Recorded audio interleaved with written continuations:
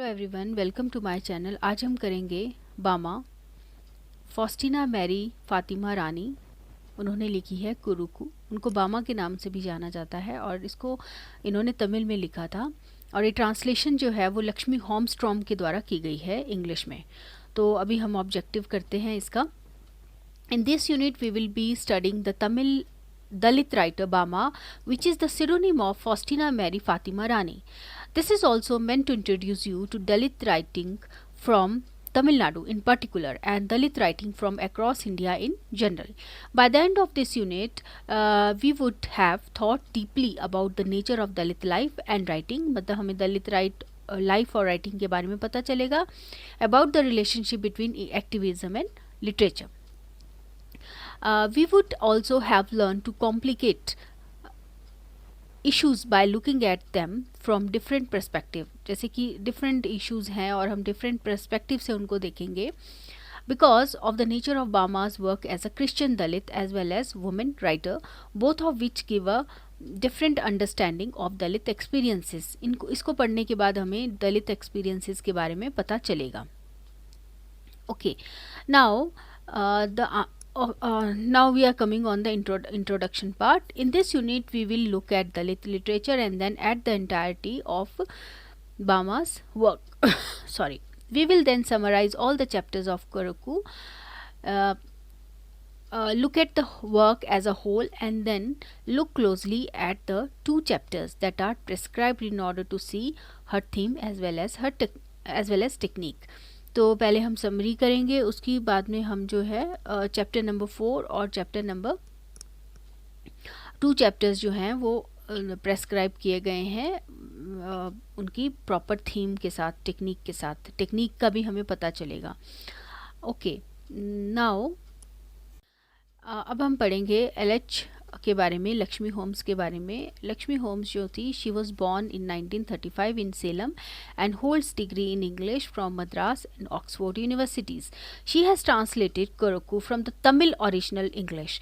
Her critical articles have found acclaim in a number of journals in India, Europe and the US. Her translations of Tamil novels and short stories have been published by Katha, East West Books, Virgo, Cambridge University Press. Okay, now a note on Dalit literature. अब ये बहुत important है पढ़ना हमारे लिए क्योंकि ये question इसमें है, क्वेश्चन का आंसर इसमें है. While it would be difficult to talk of all Dalit writings or the complexity of issues involved in such a brief introduction. ये बोल रहे हैं कि दलित राइटिंग इतनी ज़्यादा है कि ये बहुत ही छोटा पार्ट है जो कि हम आपको बता रहे हैं इसमें. It is important that you know some of the issues involved and the aims of this movement in various literature in our languages. Okay, the first question to ask is if we know the meaning of the word Dalit and if we know who used it first and why it was adopted by the people. Okay, now Dalit जो word है इस पे थोड़ा सा हम पढ़ेंगे. Dalit means ground, crushed, broken into pieces and is a Marathi word with a Sanskrit root.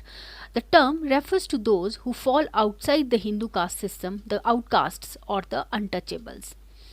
Dalits have been referred to by different names, the most famous being Harijan or the children of God, which was coined by Mahatma Gandhi. However, Dalits prefer to call themselves by this name, acting out the oppression and the rebellion in the very term that refers to them.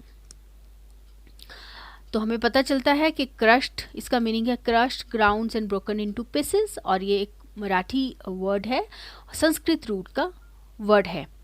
Okay, ये word use किया गया था किसके लिए? जो कि outcast थे, जो कि ब्राह्मण या राजपूतों से अलग लोग थे, उनको ये वर्ड दिया गया था. Okay, now Dalit have been referred to by different names. अब इनको डिफरेंट नेम से जाना जाता है, जैसे कि हरिजन, चिल्ड्रन ऑफ द गॉड, और हरिजन नाम दिया था गांधी जी ने, और दलित जो है अपने आप को हरिजन नाम से पुकारना ज़्यादा प्रेफर करते थे. Now I am on the second paragraph. Dalit may have been used for the first time in this manner by Jyotiba Phule in the 19th century, but its more famous use was by Dr. Bhimrao Ramji Ambedkar, the father of the Indian Constitution and the greatest Dalit leaders.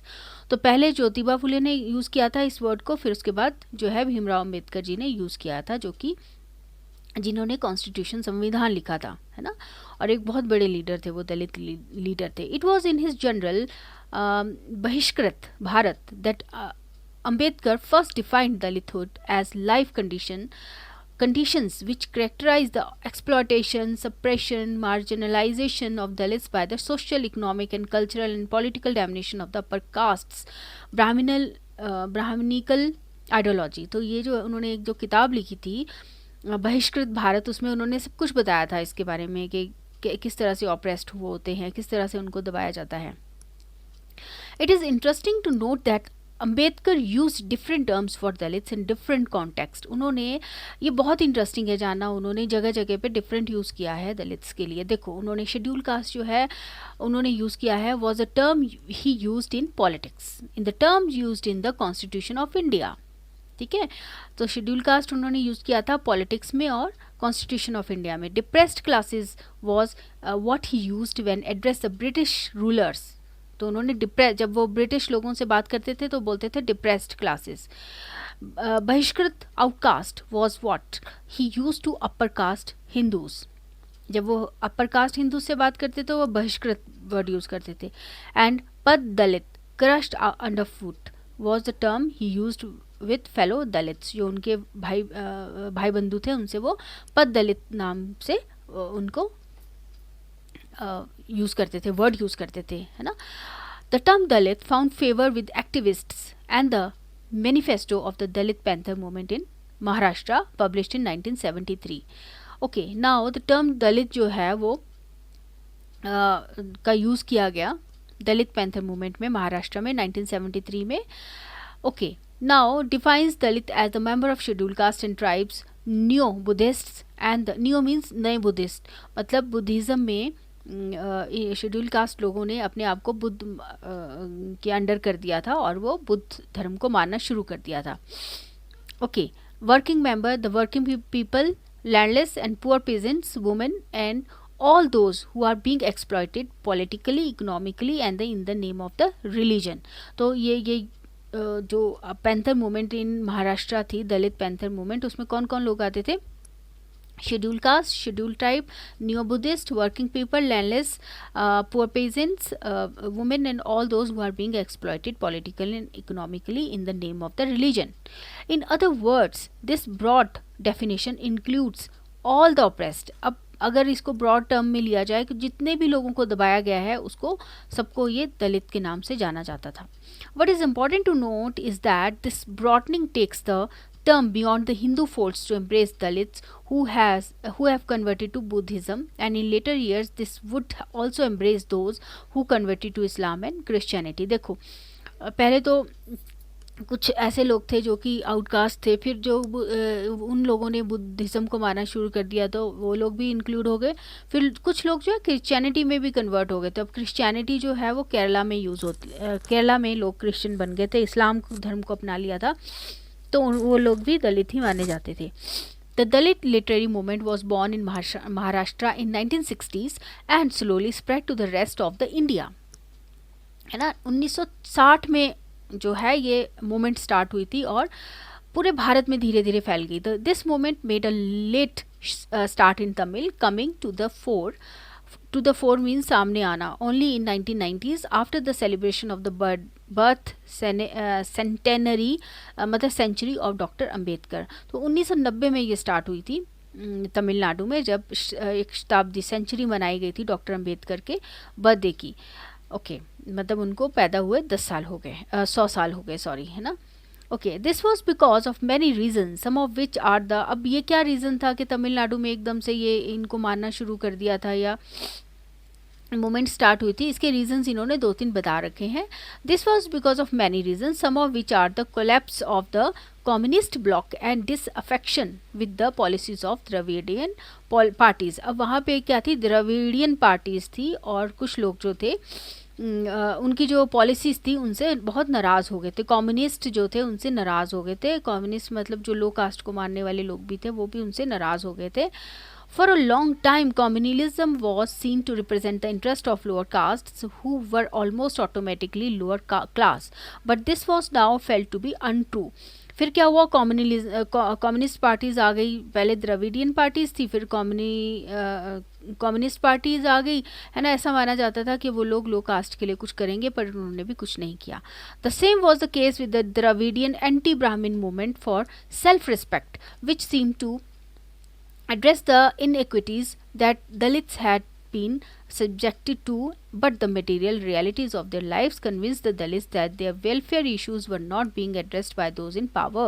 फिर उसके बाद जो थी वो Dravidian anti Brahmin movement आ गई, लेकिन बाद में ये पता चला कि वो भी कुछ, वो जब पावर में आई तो उन्होंने भी कुछ नहीं किया इन इश्यूज़ को लेके जो कि दलित लोगों से जुड़े हुए थे।